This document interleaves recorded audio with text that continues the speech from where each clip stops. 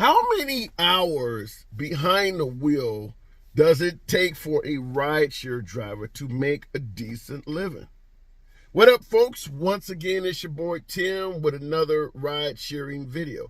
So how many hours behind the wheel engaging in rideshare, whether it's for Uber or Lyft, does it take for the average driver to make an earnings that he can feel comfortable, be proud of?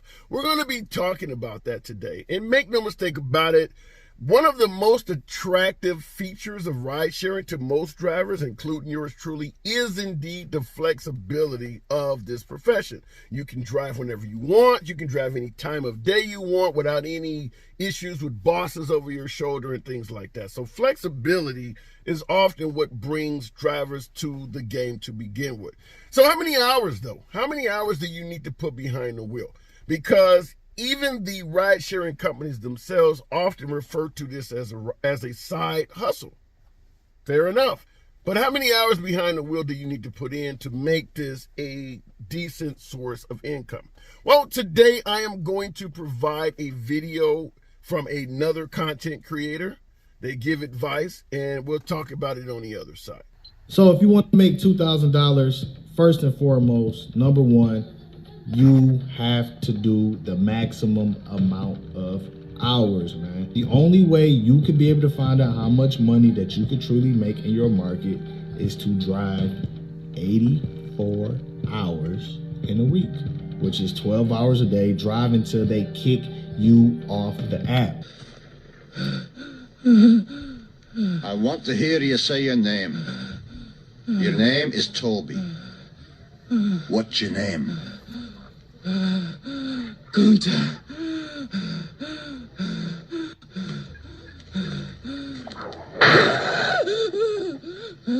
Lord God, help that boy. They're gonna whip him dead. Wow.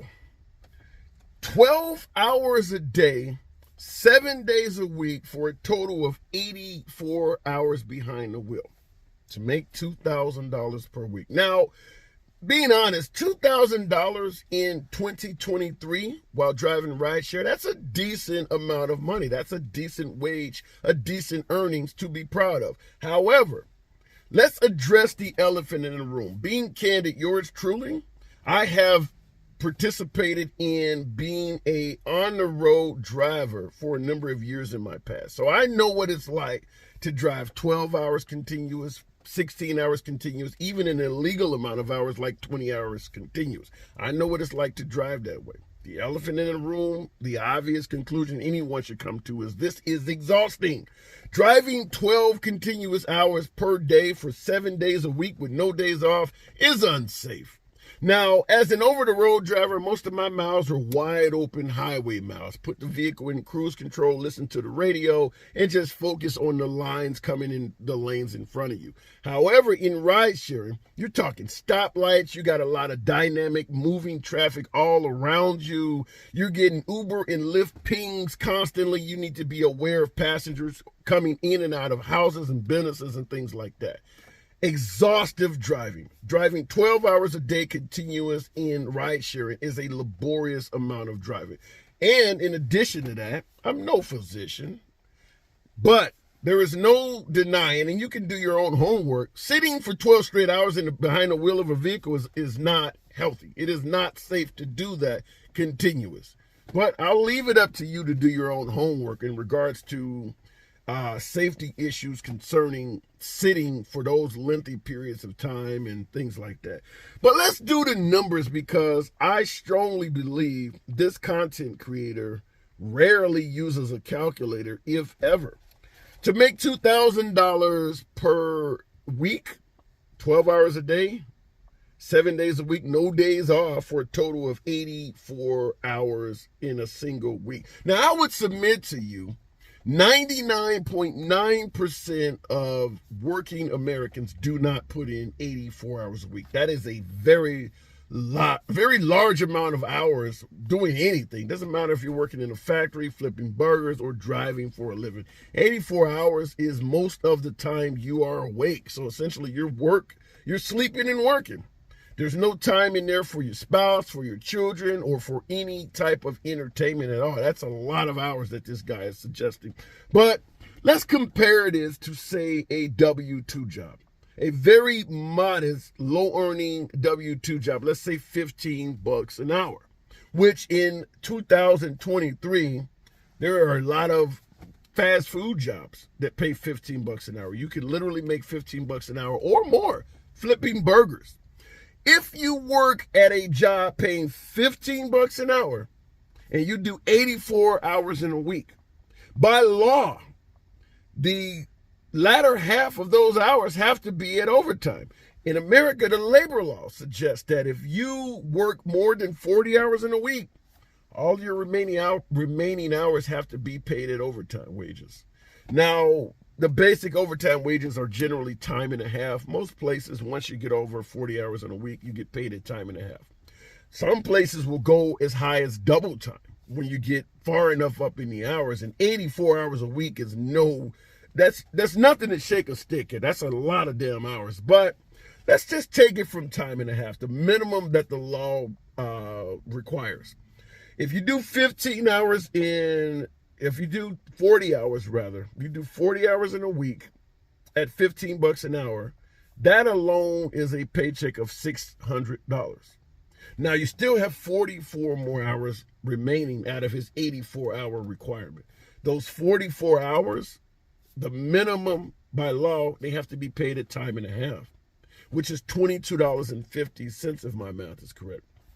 So in overtime alone, $15 an hour times 44 hours is $990. So that's in addition to your 40 hours you put in. So we're talking a total of $1,590 at a $15 an hour job if you're willing to put in a whopping 84 hours in 1 week. Now that falls short of the $2,000 that he predicted or he stated. However, there's one thing that all my veteran drivers realize that is not being factored in: expenses. If you are behind the wheel engaging in ride sharing for 12 hours a day, you are incurring a lot of expenses. There is no denying that you're probably spending at least a tank of fuel every single day out of all 7 of those days. Chances are more than that.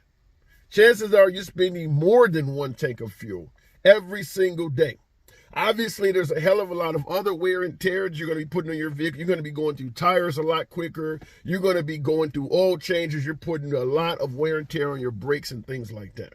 The burger flipper, the guy making $15 an hour, his car's in a parking lot while he's working. There's no depreciation happening of any significance. He's not wearing and tearing his vehicle down. He's not spending fuel like that at all. So even though the $15 an hour employee falls $410 short of the $2,000 mark, at the end of the week, not having those expenses that a rideshare driver has, he's going to pocket more money. And that is a basic burger flipping job in most of the country at this point. A large portion of the country. It's not hard to find $15 an hour jobs at this point. So I don't understand. I'm just going to run this by. I don't understand why any veteran driver, because this driver's been making videos for at least a year or more that I can see on this channel, why any veteran driver would suggest a driver put in 84 hours a week with no days off. I just do not. I mean, just the simple fact it's dangerous from a standpoint of focusing on the road, and it's dangerous on your body. You probably have swollen feet and all kinds of other shit driving for 84 hours a week. I just do not understand why any veteran driver would be online celebrating this advice like this is something good. I make no qualms about it. I drive a hard bargain. I can be very critical of the salaries that we make in ride sharing. I say it in every video. I do not even turn the key unless they're giving some type of streak bonus, there's a huge surge, or there's an earnings guarantee going on. But I understand having a day job, I might have the luxuries that some other driver trying to do this full time does not have. I get it, but 84 hours a week is just simply not safe, folks. Do not attempt to drive that long for any length of time. It's even just 1 week of that. By the end of the week, you're going to be mush. Just 1 week of that. But maybe I'm getting it wrong. Maybe I'm lazy. Maybe I don't hustle as much. I often see that in the comments. For my veteran drivers out there, and by the way, folks, feel free to subscribe to the channel. This is what we generally talk about here. But to my veteran drivers out there, how many hours on average do you put in behind the wheel? If you want to discuss your average earnings, feel free to do so. You may help out a newer driver, someone that's thinking about getting in this, or a prospective driver deciding if this is the life they really want. If you want to state that, feel free to do so. And newer drivers watching the video, I get a lot of newer drivers, feel free to check the comments. And I do respond to any and all comments myself, whether they're complimentary or whether they are a complaint. But I'm asking my veteran drivers, on average, how many hours do you put in per week as a rideshare driver? Some of you folks do it part-time, such as like myself, and then a lot of you folks out there do make the attempt to do it full-time. Do you believe the advice offered here to try to make $2,000 a week is good advice? Obviously, I do not. But what about you guys in the comments, my veteran drivers? So I just wanted to run this by you because I had to watch this and wonder, what would make a guy say this? Where would he get this type of information to think this is something good to pass on? Immigrants are us or something of that nature? If I went to a new country somewhere and this was all I could do and I had to take care of a family back home, you know, maybe. But it's still dangerous. It's still unsafe. And I would not advise anyone to attempt to get behind the wheel for 84 hours in a single week. Let me know in the comments, folks. Once again, it's your boy Tim. As always, subscribe to the damn channel. And I'll see you in the next video.